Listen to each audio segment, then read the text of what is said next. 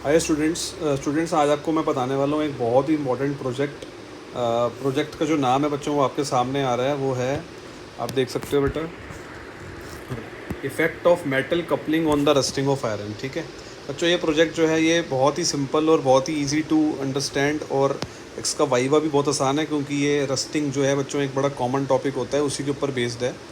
और इसका कंसेप्ट बहुत ही ज़्यादा आसान है बच्चों, और ये प्रोजेक्ट ऐसा है जो आपको कभी भी कोई टीचर ये नहीं बोलेगा कि आपने इसको क्यों बनाया। ज़्यादा कोई मुश्किल भी नहीं है और इतना इजी भी नहीं है समझना इसको। अब देखो बच्चे, इसमें क्या होता है, सबसे पहले रस्टिंग की जैसे आपको कैसे कैसे इस प्रोजेक्ट को आप प्रेजेंट करना है, वो बच्चों आप लोग देखो ज़रा मेरे साथ कि कैसे इस प्रोजेक्ट को जो है आप लोग प्रेजेंट करेंगे। ठीक है, तो बेटा प्रेजेंट करने का तरीका इसको ये है कि सबसे पहले आप इसमें फ़र्स्ट पेज पर तो आप नॉर्मल लिखोगे कि इसमें कोरोजन क्या है, रस्टिंग क्या है, आप उसके बारे में लिखोगे। जैसे आप यहाँ पर देख सकते हो कि क्लियरली यहाँ पर समझाया हुआ है कि कोरोजन का मतलब क्या है। अब इतना तो बच्चों सबको पता होता है, 10th क्लास से आप पढ़ते आ रहे हो कि कोरोजन का मतलब क्या होता है कि मेटल जो है वो धीरे धीरे डिस्ट्रक्शन होता रहता है, मेटल जो है वो गलता रहता है जब उसको हम नॉर्मल मॉइस्ट एयर में कार्बन डाइऑक्साइड के प्रेजेंस में रखते हैं।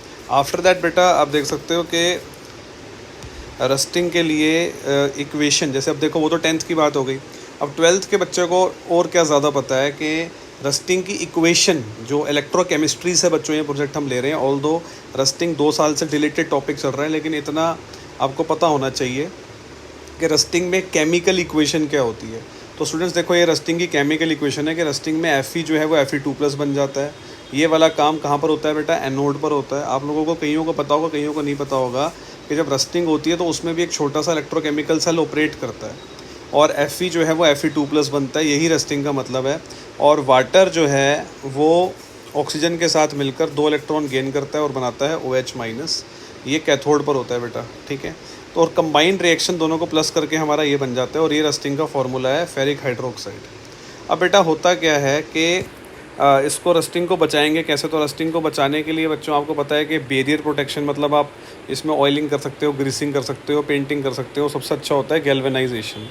अब गैल्वेनाइजेशन में हम क्या करते हैं, आयरन के सरफेस को जिंक से कोट कर देते हैं, जिसमें जिंक जो है जिंक जो है वो इलेक्ट्रॉन छोड़ने लग जाता है और आयरन को प्रोटेक्ट करता है। इसके बाद बच्चे ऑब्जेक्टिव ऑफ प्रोजेक्ट अगर हम देखें तो इसमें हम ये समझाना चाहते हैं कि हम रस्टिंग को मेटल के साथ कपल करा के कैसे जो है वो प्रिवेंट कर सकते हैं। तो इसमें करना बच्चों ये होता है, करना इसमें ये होता है कि जो एक्सपेरिमेंट किया, जैसे देखो जो भी हमारे प्रोजेक्ट होते हैं बेटा, ये इन्वेस्टिगेटरी प्रोजेक्ट होते हैं। मतलब बच्चे को खुद यहाँ पर करके देखना होता है लैब के अंदर क्या उसके रिज़ल्ट आए, मतलब एक्सपेरिमेंटल बेसिस पर होते हैं।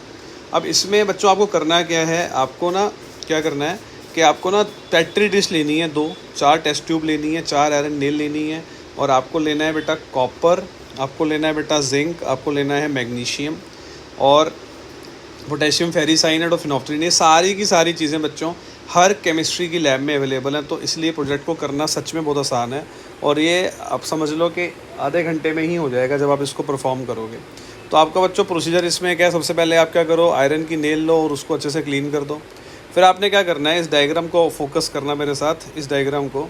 यहाँ पर आपने क्या करना है, 4 केसेस लेने हैं। एक आपने आयरन नेल लेना है ऐसे ही, एक में आप ना जिंक को उसके ऊपर कवर कर दोगे, एक में कॉपर की कपलिंग कर दोगे, एक में मैग्नीशियम की रिबन की कपलिंग कर दोगे।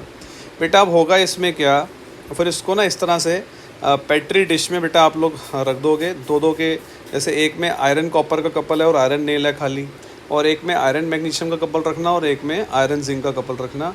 और इसमें आप क्या करेंगे कि fill the petri dish with hot agar solution in such a way that only lower half of the nail are covered with the liquids. Agar solution जो है बेसिकली वो इजीली अवेलेबल होता है, ये एक जेल की तरह ही होता है, और ये जो है वो प्रोटेक्ट रखता है, मतलब एक जिसे कहते हैं आइडियल सिचुएशन एक्सपेरिमेंट के लिए बना रहा है। अब इसके बाद बच्चे अगर आप देखोगे तो फाइनल इसका रिज़ल्ट क्या है, रिज़ल्ट और इसका जो एक बड़ा इंपॉर्टेंट पॉइंट है वो ये है कि आपको कैसे पता लगेगा कि रस्टिंग हुई है कि नहीं हुई है।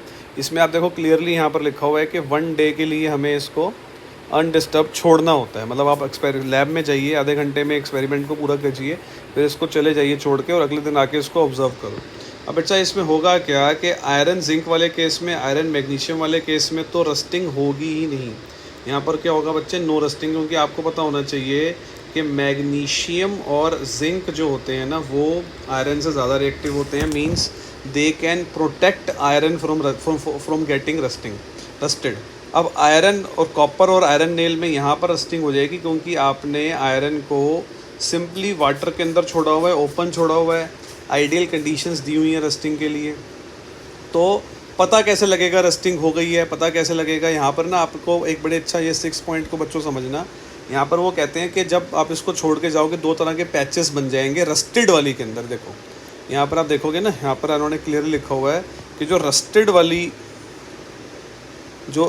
वाली बच्चों यहाँ पर देखो, रस्टेड नेल के अंदर 2 तरह के पैच बनेंगे, ब्लू और पिंक। ब्लू क्यों बनेगा?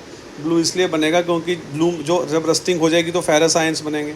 फेरस आयंस क्या करेंगे, पोटेशियम फेरी साइनाइड को पोटेशियम फेरो फेरी साइनाइड में कन्वर्ट कर देंगे, जो कि पिंक कलर का, ब्लू कलर का नज़र आएगा। और दूसरा पिंक बनेगा, जो दूसरा पिंक पैच बनेगा बच्चे, वो बनेगा क्योंकि OH माइनस आयन भी निकलेंगे, क्योंकि आपने देखा था कि 2 तरह के इसमें आयंस बन रहे हैं। रस्ट का फॉर्मूला क्या होता है, फेरी ये होता है ना रस्ट का फॉर्मूला, FeOH होल 3। तो यानी कि यहाँ पर जो है ना बेटा Fe2+ आयंस निकलते हैं। पहले आपने रिएक्शन में देखा था, आपको एक बार फिर दोबारा से दिखा देता हूँ बच्चों। ये देखो, जब रस्टिंग हुई थी तो आपने देखा था, देखो यहाँ पर, ये देखो मैंने इसको सर्कल भी कर रखा है, ये वाला पॉइंट, कि जहाँ पर Fe2+ बन रहे हैं और OH माइनस आयंस निकल रहे हैं। मतलब जब रस्टिंग होती है ना तो उस केस में 2 तरह के आयंस निकलते हैं, फेरस और हाइड्रोक्साइड आयन। वही जो है वो उस आयरन नेल को पिंक और ब्लू बनाएंगे जब फेरस जो है वो पोटेशियम फेरी साइनाइड से रिएक्शन करके पोटेशियम फेरो फेरी साइनाइड बनाएगा, और पिंक पैच बनेगा जब OH माइनस निकलेंगे, जो कि फिनोफ्थलीन को पिंक कलर का कर देगा। तो बच्चों ये बहुत ईजी सा प्रोजेक्ट है और सबसे आराम से हो जाएगा, इवन एवरेज से एवरेज बच्चा भी इसको कर सकता है। लास्ट में बच्चों इसमें जो है ना आप देखेंगे कि कंक्लूजन दिया हुआ है। तो कंक्लूजन में बच्चों यहाँ पर क्या दिया हुआ है कि लास्ट में इसको ज़रूर लिखना कि मोर इलेक्ट्रोपॉजिटिव जो जिंक और मैग्नीशियम है वो रस्टिंग करवा देते हैं, और जब उसको हम आयरन से जोड़ते हैं, लेकिन कॉपर जो है वो रस्टिंग नहीं करवाता। तो बच्चों आई होप आप लोगों को ये प्रोजेक्ट समझ में आ गया होगा। बहुत ही आसान सा बच्चों ये प्रोजेक्ट था कि effect of metal coupling on rusting of iron. ठीक है, तो बच्चों जुड़े रहो मेरे साथ और शेयर लाइक को सब्सक्राइब ज़रूर करना। हर रोज़ मैं आपको 1-1, 2-2 प्रोजेक्ट की वीडियोस देता रहूँगा, जिससे कि आपके जो प्रैक्टिकल्स हैं, आप कई बच्चों को प्रोजेक्ट समझ नहीं आ रहे कौन सा बनाना है, तो उसमें करना क्या होता है, इसका वाइवा सारा इलेक्ट्रोकेमिस्ट्री में से आएगा, जो कि बहुत आसान होगा।